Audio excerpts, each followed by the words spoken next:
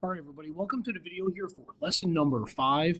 So the homework for this question, this lesson was really just going over some of the basic rules that we understand or now can see about the sine, cosine, and tangent of angles. So one of the things that we notice is that the complementary angles in a right triangle are always going to have some relationship to each other. So we know that the angle of a triangle, so if I have a right triangle like this, angles A, B, and C, I could say angle A plus angle B is equal to 90, and that would tell me that the sine of angle A is equal to the cosine of angle B. So in this particular example, number 1, I already know that the sine and cosine are going to kind of switch spots.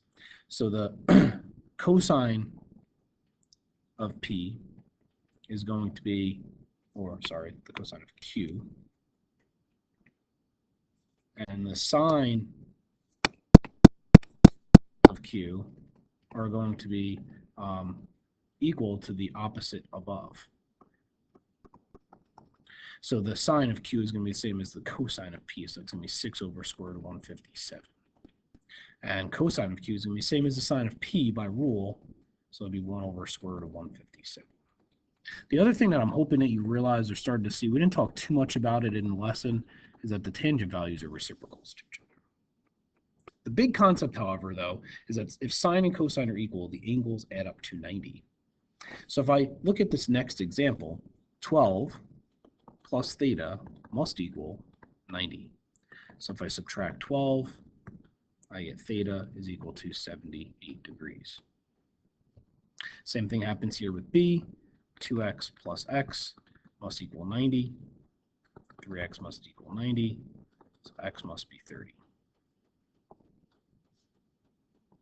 For C, I know the two angles x and x plus 38 must add up to 90.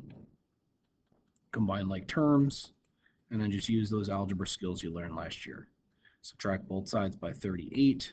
So 2x is equal to, what would that be, 52. Divide by 2, and x is 26. Same thing happens here with D. So I'll say theta plus 3 theta plus 10 equals 90, or 4 theta plus 10 equals 90, and we could do our algebra skills, right? I am not teaching you algebra, I'm teaching you geometry. So knowing how to solve this is something you should know previous. Number 3 is very similar to a question we did in class. So just like in class, this is giving us the cosine and sine of an angle. It's not giving us the angles like the questions we just completed. So I know that in any right triangle, the two non-right angles, A and B in this case, are equal to each other when you take the sine and cosine of them. So that tells me that 4x plus 0.07 is equal to 2x plus 0.13. I then can solve. So subtract 2x from both sides. And again, this becomes just an algebra problem.